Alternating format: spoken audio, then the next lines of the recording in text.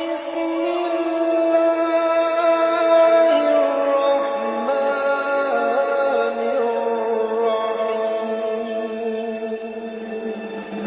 بسم الله الرحمن الرحيم. بسم الله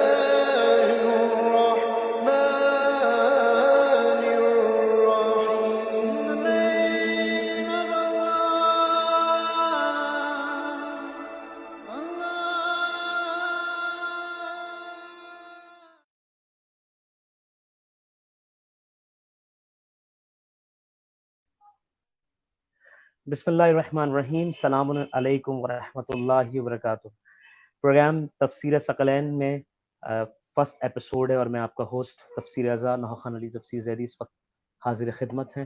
اور میں آپ کو بتاتے چلوں کہ اس پروگرام کا مقصد جو ہے تفسیر قرآن پر گفتگو ہوگی، اور ہماری معروف ذاکرہ ہماری سسٹر باجی جو کہ بر صغیر پاک و ہند کی پہلی مفسر قرآن ہیں، جناب رباب کاظمی صاحب جو ہے صاحبہ ہمارے ساتھ موجود ہوں گی.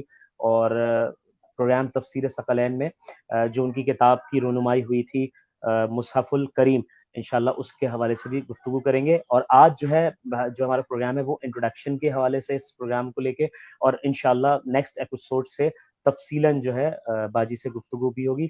آئیے باجی سے اس پروگرام میں ان کو جو ہے خوش آمدید بھی کہتے ہیں، اور پہلے ان کی کتاب کے بارے میں ان سے بات کریں گے، اور اس پروگرام کے حوالے سے بھی مومن مومنات کو ہم آگاہی فراہم کریں گے. السلام علیکم ورحمۃ اللہ وبرکاتہ. وعلیکم السلام. تفسیر کیسے ہیں آپ؟ الحمدللہ باجی بالکل ٹھیک ٹھاک. پروگرام تفسیر ثقلین میں آپ کو خوش آمدید کہتے ہیں، اور سب سے پہلے آپ کو مبارک بھی پیش کرتے ہیں ٹیم تفسیر ازہر ٹیلی ویژن کی جانب سے کہ ماشاءاللہ آپ کی کتاب جو ہے مصحف الکریم جو ہے بہترین اشاعت ہوئی ہے اور مومن تک پہنچ چکی ہے، اور آپ نے وہ تحفتاً ہمیں بھی عنایت کی تھی اور میں نے بھی اس کی ورق گردانی کی تھی. تو سب سے پہلے میں چاہوں گا باجی کہ اس کا پس منظر کیا ہے اس کتاب کا، اس حوالے سے آپ جو ہے بیان فرمائیں تاکہ مومن مومنات جو ہے استفادہ کر سکیں اس کتاب کے حوالے سے. بہت شکریہ تفسیر، آپ ہمیشہ مجھے یاد رکھتے ہیں.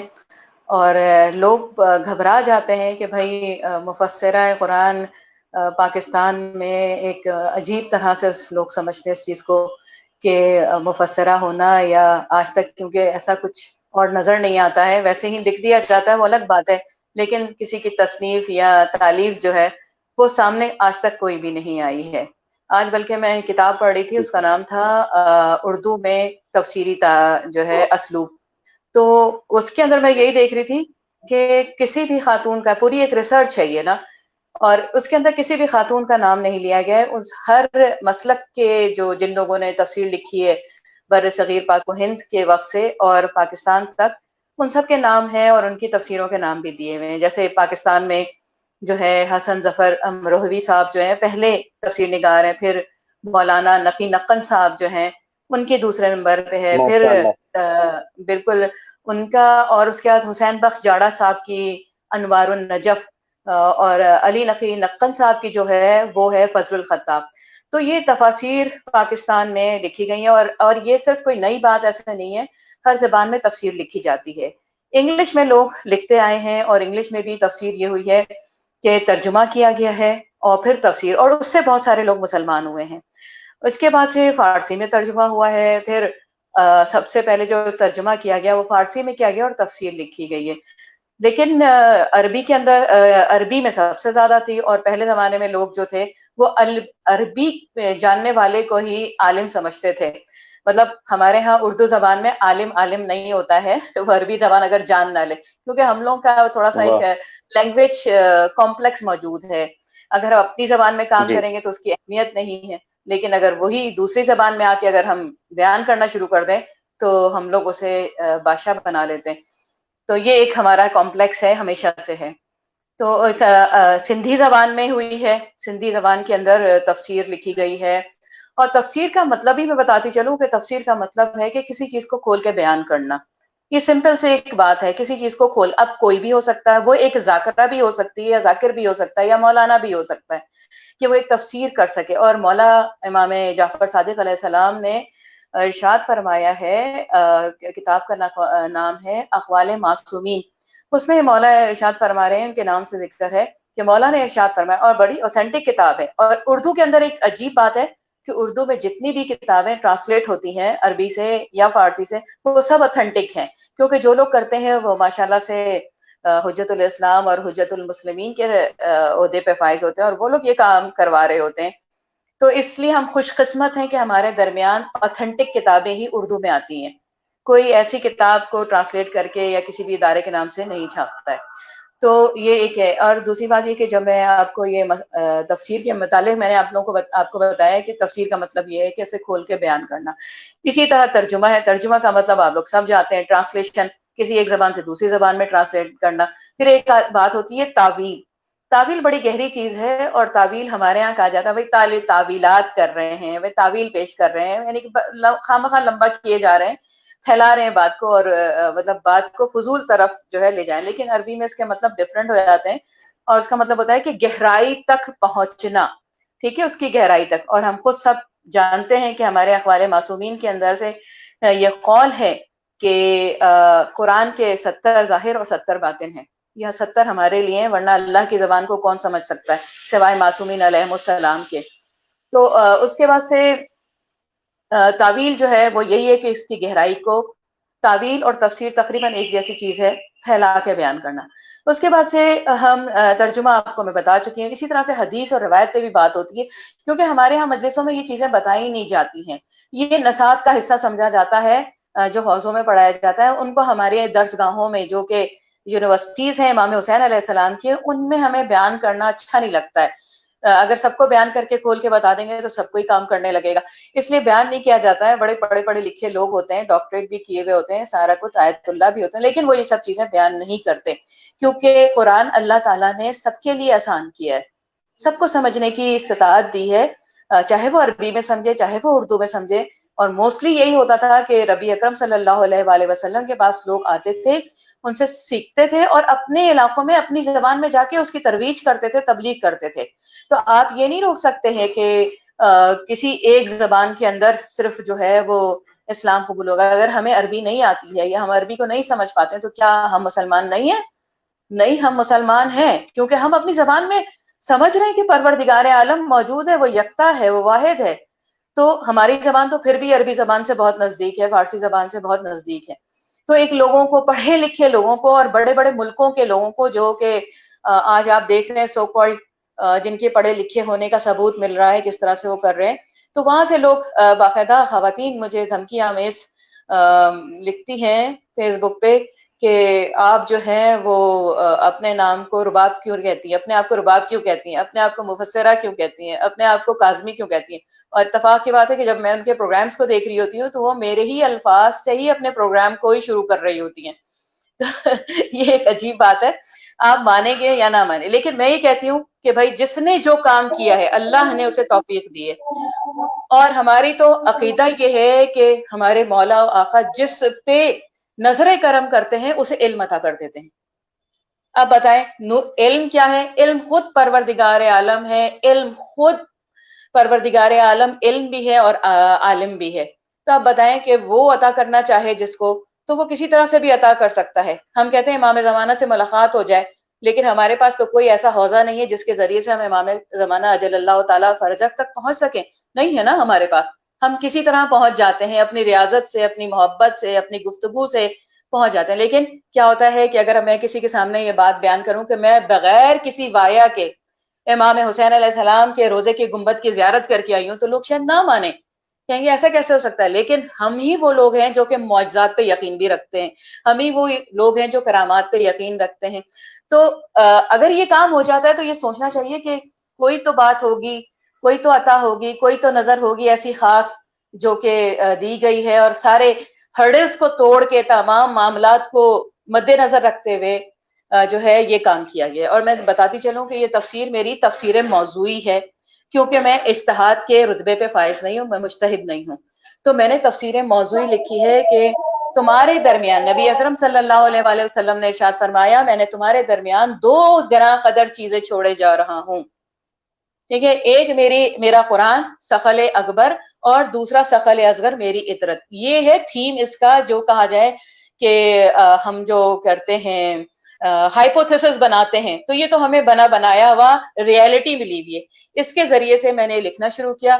اور یہاں پہ میں بتاتی چلوں کہ یہ کام میری اپنی لگن بھی تھی کہ میں کچھ کیسا کروں, لیکن یہاں پہ ہمارے بہت ہی محترم علامہ عقیل ترابی صاحب کے جو ہے وہ کزن ہیں شبیر علی زیدی صاحب, وہ بیلجیم سے آئے اور انہوں نے کہا پاکستان میں کسی خاتون نے, کیا انڈیا میں کسی خاتون نے یہ کام نہیں کیا ہے, تفسیر نہیں لکھی ہے, تو میں چاہتا ہوں کوئی لکھے. بس یہ کام میرے حصے میں آنا تھا, اور لیکن بہت زیادہ پڑھے لکھے لوگ بھی موجود تھے, لیکن انہیں نہیں نصیب ہوا, اور مجھے یہ لکھنے کا موقع ملا. اور میں نے اپنی ساری گزشتہ کی اسٹڈیز, ظاہر ہے اگر آپ اپنی کتاب پڑھ رہے ہیں, کوئی کتاب پڑھ رہے ہیں, تو آپ اس کے جاننے والے تو ہو گئے نا, آپ اس پہ دستخط تو رکھتے ہیں.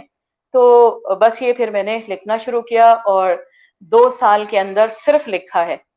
اور یہ پہلی جلد ہے جو سورہ اس کی مقدمہ قرآن سے لے کے اور سورہ نساء تک ہے, اور اس میں فضائل آل محمد پر جو آیتیں نازل ہوئی ہیں, کیونکہ میرے مولا آقا امام جعفر صادق علیہ السلام نے ارشاد فرمایا کہ قرآن کے 4 حصے ہیں, ایک قصص کا حصہ ہے, ایک جو ہے وہ غضب پر ہے, دوسرا احکام پر ہے, یہ 3 حصے ہو گئے, اور چوتھا ہمارے فضائل میں جو آیات نازلہ ہوئی ہیں ان پر ہے. تو میں نے ایکسکلوسیو چوتھے حصے پہ کام کیا, یعنی کہ معصومین علیہم السلام کے جو فضائل میں آیاتیں نازل ہوئی ہیں ان پہ میں نے یہ کام کیا ہے.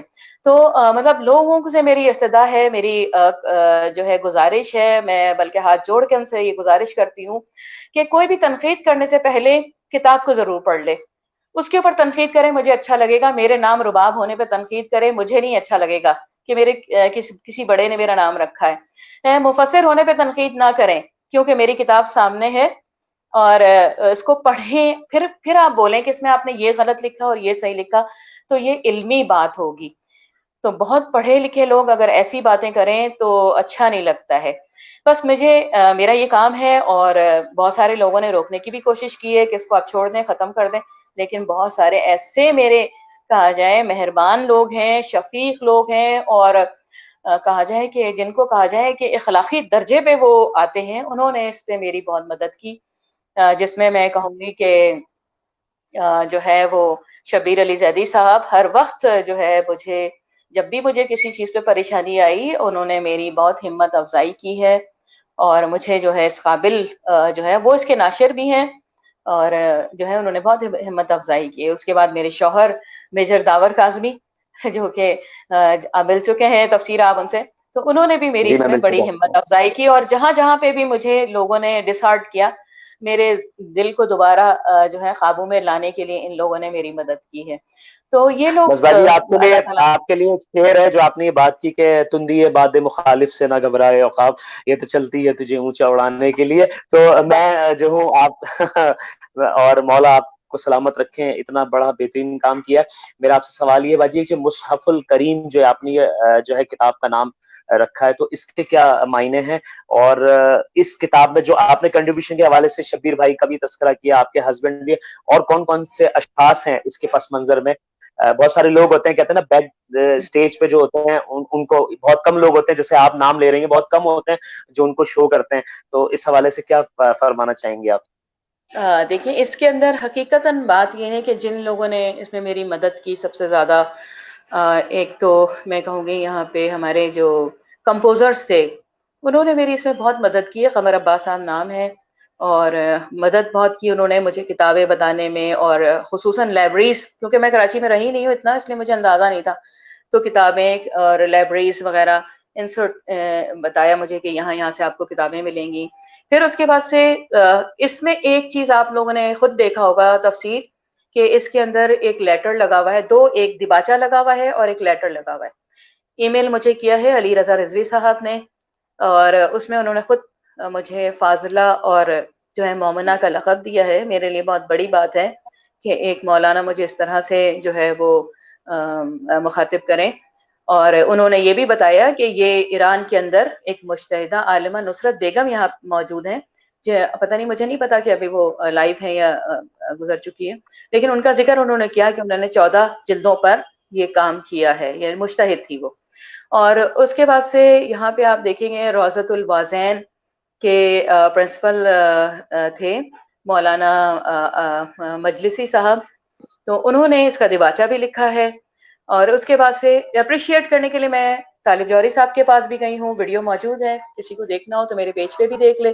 انہوں نے اس کام کو بہت پسند کیا اور کہا کہ میں نے اس سے پہلے ایسا کوئی کام نہیں دیکھا، اور بہت سارے لوگ کام لے کے آتے ہیں، اگر آپ میں دکھاؤں آپ کو وہ کام تو آپ خود کہیں گی کہ لوگ اتنے پڑھے پڑھے لکھے لوگ کیسے کیسے کام کر کے لاتے ہیں.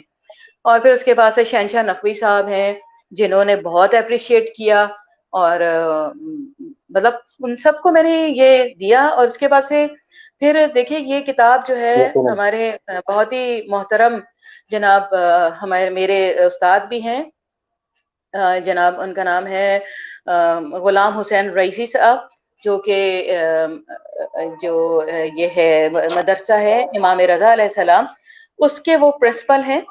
انہوں نے اس کو اپریشیٹ کیا ہے.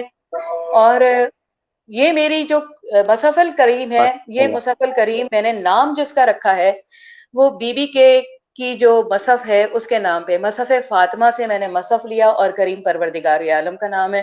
تو کیونکہ مصحف کریم کے مصحف فاطمہ کے متعلق بہت کم لوگ جانتے ہیں کہ یہ کون سی کتاب ہے، تو یہ مصحف کریم وہ مصحف الفاطمہ وہ کتاب ہے جو بعد نبی اکرم صلی اللہ علیہ وآلہ وسلم جناب فاطمہ کا دل بہلانے کے لیے حضرت جبرائیل علیہ السلام آتے رہے، اور آج تک کے واقعات، یعنی کہ ایک چھوٹا سا کسی کو جو چوٹ بھی لگ جائے اس کی دیت کے متعلق بھی اس میں ذکر موجود ہے. تو اس سے انسپائر ہو کے میں نے، ظاہر ہے وہ کتاب ہمارے پاس نہیں ہے لیکن میں نے کتابوں میں اس کا نام پڑھا تو مجھے مصحف الکریم یا مصحف الکریم کہہ لیں، یہ نام مجھے بہت بہترین لگا اور میں نے اس کا نام یہ رکھا ہے. اور مصحف ورڈ جو ہے قرآن میں کئی جگہوں پر آیا ہوا ہے، اب میں اس پہ نہیں جاؤں گی، موجود ہے کتاب میں، لوگ پڑھیں. اور جو ہے وہ فضائل محمد و آل محمد ہم لوگ سب تلاش کرتے ہیں کہ کہاں سے ملے گا ہمیں، کتاب میں کون سی آیت ہے. تو یہ ایک دیکھیں یہ اتنا آسان کام نہیں ہوتا ہے. مجھے پتا ہے کہ مجھے کیسے کام کرنا ہے، اور آپ ان کاموں کے اندر پتا ہے میں آپ کو بتاؤں کہ کچھ ایسی طاقتیں بھی ہیں جو آپ کی مدد کر رہی ہوتی ہیں، وہ شاید ہمارے کاموں کی طرف سے بالکل ایسی ہی کچھ طاقتیں ہوتی ہیں جو کہ آپ کو نہیں اندازہ ہوتا لیکن آپ کے ساتھ ہو جاتی ہیں اس کام کرانے میں. تو یہ معجزات پہ ہمارا یقین بھی ہے اور ہم رکھتے بھی ہیں. تو یہ انہونی بات نہیں ہے کہ کوئی کتاب کوئی خاتون لکھ دیں، کیونکہ ہمارے ہاں تو ہماری بی بی فاطمہ تو زہرا سلام اللہ علیہا محدثہ تھی، جناب زینب کبریٰ جو ہے وہ محدثہ تھی. تو ظاہری بات ہے کہ یہ کام انہونا نہیں ہے، بلکہ بیویوں سے انسپائریشن لے کے جب وہ کوفے میں جب تشریف لائی ہیں بی بی زینب، تو خواتین نے آ کے ان سے کہا ہے کہ ہمیں جو ہے وہ آپ علم قرآن اور علم حدیث عطا فرمائیں. اور بی بی نے باقاعدہ جو ہے ایک وقت مقرر کیا تھا ان خواتین کے لیے کہ جہاں پر وہ بیٹھ کے جو ہے وہ خواتین کو قرآن کے متعلق اور حدیث کے متعلق علم دیا کرتی تھیں، اور ظاہر اور بھی معاملات تھے وہ بھی دیا کرتی تھیں. تو ظاہر وہ اس ایسے گھرانے میں پیدا ہوئی ہیں کہ جہاں پر علم جہاں سے پھوٹتا ہے، علم جہاں سے نمو پاتا ہے اور علم جہاں سے بڑھتا ہے. تو ہم بھی اسی در سے متمسک ہیں. یہ انہونا کام نہیں ہے، آج انہونا لگ رہا ہے لوگوں کو، لیکن میں دعا کرتی ہوں کہ جو لوگ اس بات کو نہیں سمجھ رہے ہیں وہ ایک دن سمجھیں گے جب ان کی اپنی اپنی بیٹیاں بھی یہ کام کر رہی ہوں گی. میں پہلی ہوں، میرے بعد بہت سارے لوگ اور بھی آئیں گے جو اس کام کو کریں گے، اور مجتہد بھی ہوں گے، عالمہ بھی ہوں گی جو کہ یہ کام کریں گے، اور میری دعا ہے کہ یہ کام خواتین میں عام ہو. باجی کتنا ٹائم لگا آپ کو یہ کرنے میں؟ یقیناً یہ بہت بڑا کام ہے، دن رات ایک کرنا پڑتا ہے اس میں، اور میں سمجھتا ہوں کہ یہ بہت لیندی اس کا ایک پروسیجر ہے. تو یہ کتنے دنوں میں آپ نے اس کو سمیٹا، اور پھر یہ اس کی ساری یعنی اشاعت تک پہنچنے میں اس کو کتنا وقت لگا باجی اس کتاب کو، اور یہ کس کام تاریخ میں کس سن کو آپ؟ ایک تو بیٹا میں یہ بتا دوں کہ مجھے شروع سے بکس پڑھنے کی جو ہے میری مطلب لگن تھی. اور میں آپ کو ایک بات بتا دوں کہ جب میں جامعہ امامیہ کی لائبریری میں گئی ہوں تو میں نے وہاں ناصر بھائی سے یہ کہا کہ ناصر بھائی اس لائبریری کو میں نے خواب میں دیکھا تھا، اور بہت عرصے پہلے دیکھا، جب میں چھوٹی تھی، جب میں یہ خواب میں نے کئی دفعہ دیکھا اور میں یہ کہتی تھی کون سی یہ لائبریری ہوگی. تو آج مجھے پتہ لگا کہ یہ وہ لائبریری ہے جو میں خواب میں دیکھا کرتی تھی. تو یہ دیکھیں اللہ تعالیٰ نے مجھے وہاں پہنچانا تھا، اور میں وہاں پہ سے بہت ساری کتابوں سے میں نے کنسلٹ کیا. اور ابھی آپ میرے پیچھے ایک لائبریری دیکھ رہے ہیں، یہ ثبوت ہے منہ بولتا ہوا کہ ان کی میں نے جو ہے وہ ورک گردانی کی ہے، اور شکر ہے میرے مولا کا کہ میں کرتی چلی جا رہی ہوں. اور یہ کام جو شروع ہوا ہے یہ 2016 سے شروع ہوا، 2016 سے، اور مجھے لکھنے میں یہ 2017 گزر گیا، 18 کے اینڈ میں جا کے یہ پبلش ہوئی ہے. اور بعض دن تو مجھے ایسا ہوا ہے کہ مجھے 3 دن تک چیئر پہ بیٹھی ہوئی میں کام کرتی رہی. اور ایک بات بتا دوں کہ ہمارے ہاں کچھ لوگوں نے اس پہ تنقید کی ہے کہ جوڑ جاڑ کے نا تفسیر جوڑ جاڑ کے تفسیر لکھ دیتے ہیں. تو جوڑنے کے لیے بھی عقل کی ضرورت ہوتی ہے. آیت سے مل رہی ہے حدیث یا نہیں مل رہی ہے وہ بھی آپ کو اینالائز کرنا پڑتا ہے. اتنی آپ کی مطلب استطاعت ہو، اتنی علمیت ہو تو آپ یہ کام کریں گے نا. اگر آپ کی علمی استطاعت نہ ہو تو مطلب اتنی عام ہو جائے یہ بات تو ہر کوئی لکھ سکتا ہے، تنقید کرنے کے بجائے وہ ہر کوئی لکھ سکتا ہے. تو تفسیر جو ہمارے یہاں لکھی جاتی ہے وہ بال رائے نہیں لکھی جاتی ہے. یہ تفسیر کا اہم ترین پہلو اہل تشیع میں ہے کہ بال رائے نہیں لکھی جاتی ہے. اور مولا کا قول ہے کہ جو کوشش کرتا ہے اپنے طور پر اور قرآن کی ایک آیت سے بھی اس کا باطن پا لیتا ہے، لیکن وہ علم اسے کوئی فائدہ نہیں دے گا اگر ہمارے غیر سے لیا ہوا ہو.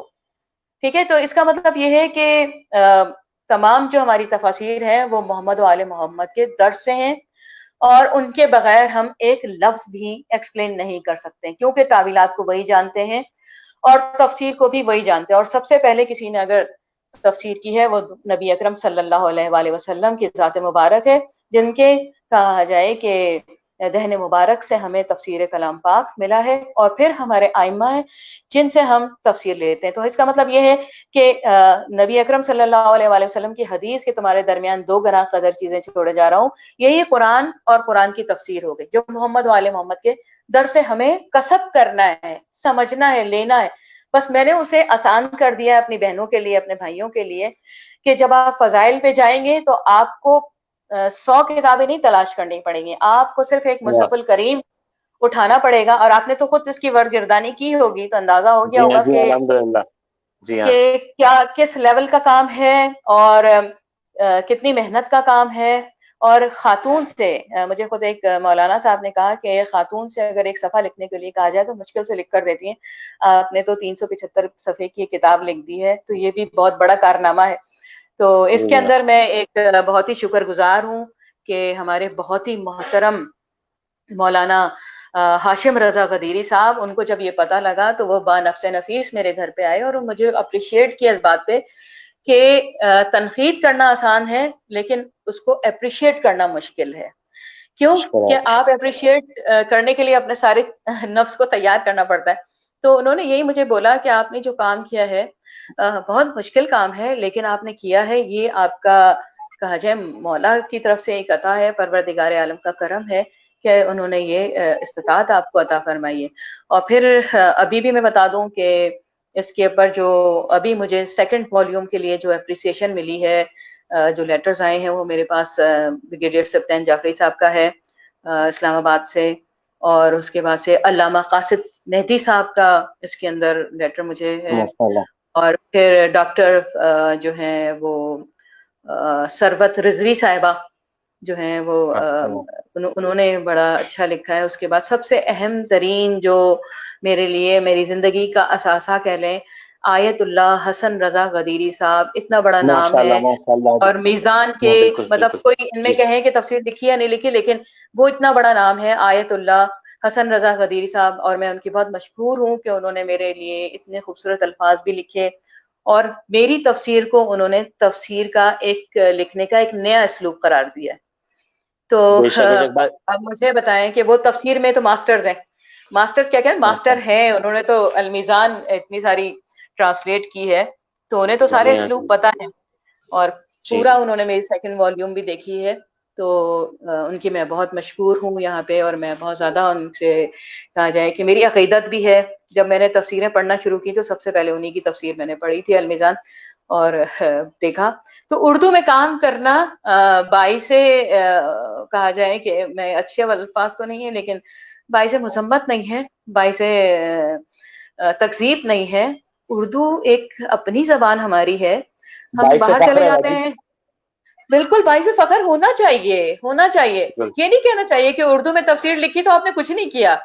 نہیں، اردو بے میں شک جب لکھا صحیح فرمایا تو آپ نے. آپ نے دین کی اشاعت اپنی زبان میں کی ہے. اور یہ قرآن خود ایگزیکٹ. کہہ رہا ہے کہ ایک گروہ جو ہے وہ سیکھتا ہے اور آگے جا کے دوسروں کو سکھاتا ہے.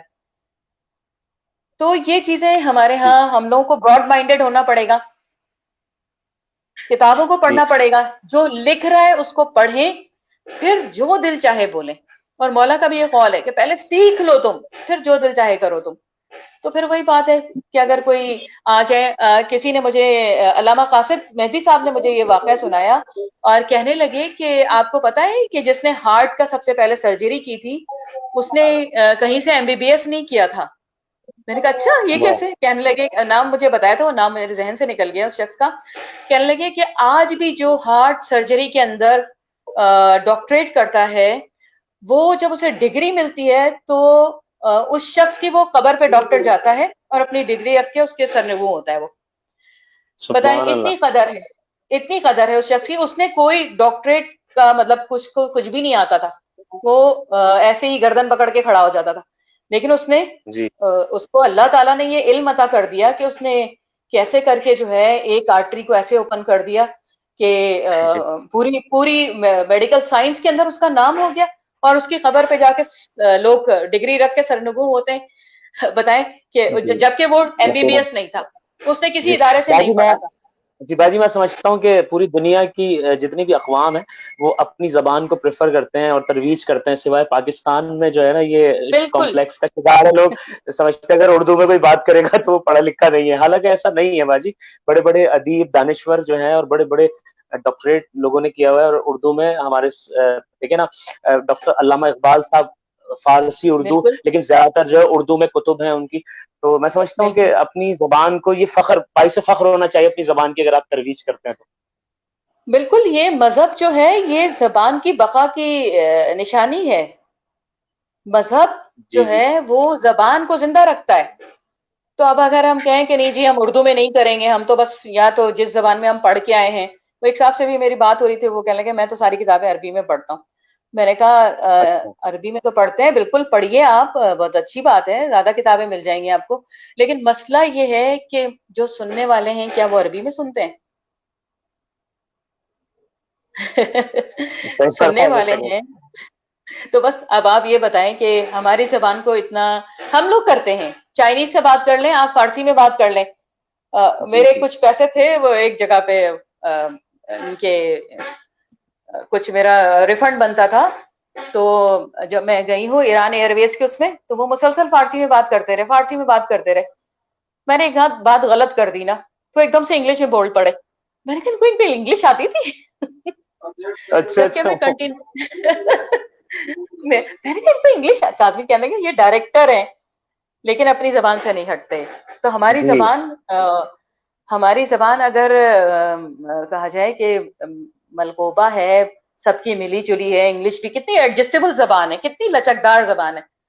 ٹھیک ہے نا. یقیناً وہ آج یقیناً. کسی نے ایک پوسٹ ڈالی ہوئی تھی کہ انہوں نے لکھا ہوا تھا کہ فیس بک کو کیا کہیں گے اردو میں. اچھا اب آپ بتائیں فیس فیس بک کو بک کیا کہیں گے؟ رخ یعنی کتابی سے. ہاں رخ ہے. ہاں، رخ کتاب کہہ لیں یا کتاب رخ کہہ لیں. جی جی. یہی کہیں گے نا. اور اب جیسے آپ ہم بول لیں. کتابی چہرہ کہتے ہیں شاید یہ بھی فیس بک سے ریلیٹڈ ہی ہو. بالکل بالکل. کتابی چہرہ کہہ جی لیں. تو جزاک اللہ. اس طرح سے ہمارا ہے. اور میری گزارش ہے ان لوگوں سے وہ 1000 میں 2 لوگ ہوتے ہیں، لیکن جب وہ کمنٹس لکھ کر جاتے ہیں نا تو 2 مہینے تک دل جلتا رہتا ہے. جی جی تو جی ان سے جی. گزارش ہے کہ جھوٹ نہ بولیں. ٹھیک ہے کہ انہوں نے کتاب پڑھی ہے، وہ کتاب ایکچولی پڑھیں، یقیناً صحیح مصحف فرمایا آپ. الکریم کو پڑھیں. اور اس کے اندر اور میرے ریفرنسز کو بھی چیک کیا ہے. یہاں پہ جی جواد الحسن، مولانا جواد الحسن نقوی صاحب ہیں، انہوں نے میرے ہر ریفرنس کو چیک کیا ہے جزاک اور اللہ. انہوں نے لکھا یہ 100% ہے. اور جو میں نے ریفرنسز لکھے ہیں وہ ساری اتھینٹک بک سے لکھے ہیں. تو یہ آسان کام نہیں ہوتا ہے تلاش کرنا اور لکھنا اور واقعات کو جوڑنا، ان کو ملانا اور میچ کرنا، اور ہر واقعے کا ایک الگ رخ نظر آ رہا تھا. آپ اس آیت کے ساتھ کیسے اس واقعے کو محمد و آل محمد کے عمل کو دکھا سکتے ہیں. تو یہ میری گزارش ہے ان لوگوں سے جنہوں نے اپنے اپنے جو ہے وہ بنا لیے ہیں، بت بنا لیے ہیں جن کو وہ پوچھتے ہیں، ان سے ذرا نکلیں اور باقیوں کی کتابوں کو بھی عزت دیں. اور یہ تو مصحف کریم ہے، تو مصحف کریم کو ذرا پڑھیں. اور جہاں پہ نہیں ہے جن ملکوں میں، ویسے تو انگلینڈ امریکہ سب جگہ جا چکی ہے اور لوگوں نے اپریشیٹ بھی کیا ہے، کینیڈا میں ابھی نہیں پہنچی ہے.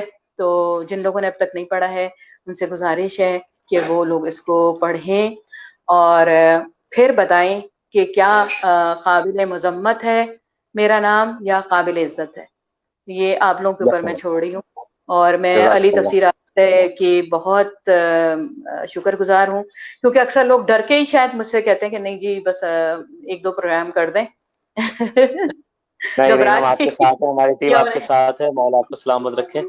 اور ہم آپ کے ساتھ ہیں، اور بہت انٹرسٹنگ گفتگو کی آپ نے، مولا آپ کو سلامت رکھیں. تفسیر ثقلین پروگرام جو ہے انشاءاللہ جاری و ساری رہے گا.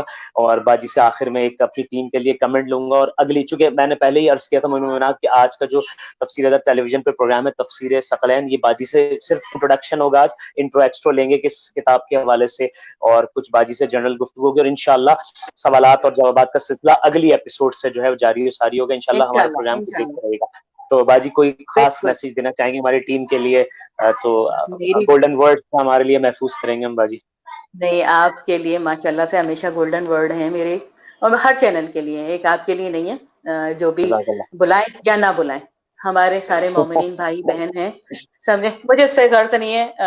شہرت ویسے بھی قابل مذمت چیز ہے اور واہ. خطرناک چیز ہے. تو بلائیں یا نہ بلائیں اس سے غرض نہیں مجھے جو بھی مومن و مومنات جہاں پہ بھی ترویج دین کے لیے، تبلیغ دین کے لیے کام کر رہے ہیں، کسی بھی ذرائع سے کوئی بھی کمیونیکیشن وے ہو اس سے کام کر رہے ہیں، ان سب کو مولا اور میرے آقا امام زمانہ جل اللہ تعالیٰ فرجک جو ہیں اپنے کہا جائے حفظ و امان میں رکھے. ان سب کو اس کام کی توفیق اور زیادہ کریں، تاکہ کیونکہ ہم سب انتظار کر رہے ہیں اپنے امام کا، اور جب یقینا. تک ہمارے امام نہیں آتے ہیں ہم اپنی ذمہ داری یہ سمجھتے ہیں کہ ہم اس کام کو کریں، آگے بڑھائیں، تاکہ ہمارا تعلق بھی جڑا رہے. اور ایک میں پیغام یہاں پہ صرف دوں گی سب کو، سارے تمام مومن و مومنات کو، اور جو امام زمانہ کے منتظرین ہیں ان کو، کہ جی. مولا سے نا چپکے چپکے باتیں کیا کریں. واہ. اپنے دل کی بات مولا سے چپکے چپکے کیا کریں. کیوں کہ یہ چپکے چپکے بات کرنے سے آپ کا تعلق جڑتا ہے. اور مولا خود ارشاد فرماتے ہیں یہ جو تمہارے لب ہلتے ہیں نا تو ہمارے کان سنتے ہیں. تو سبحان اللہ. اپنے تعلق کو جوڑیں.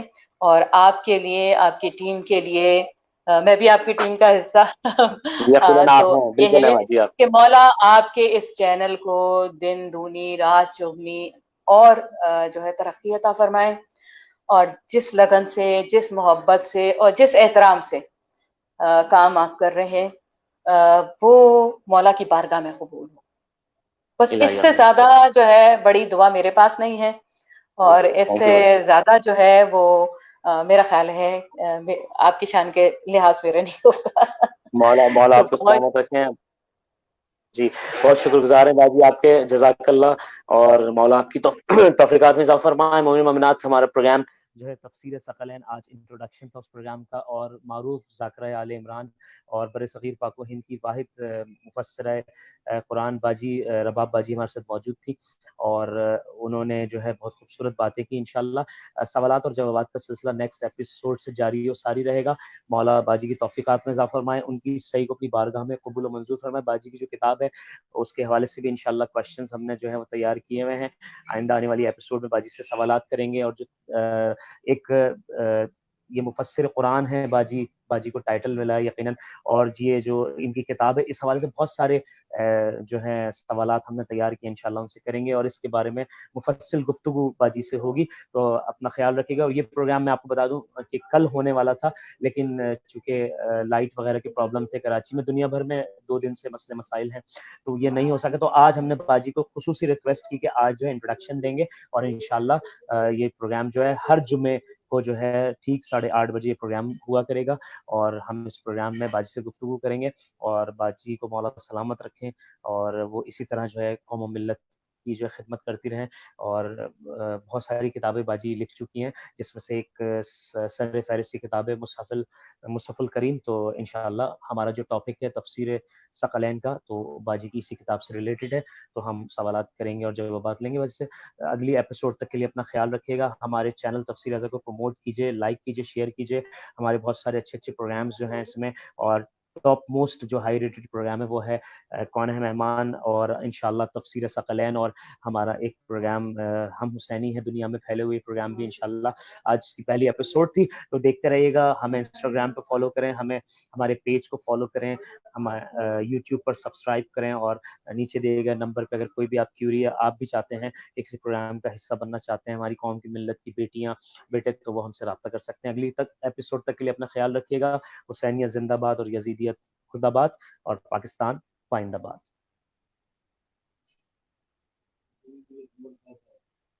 ارے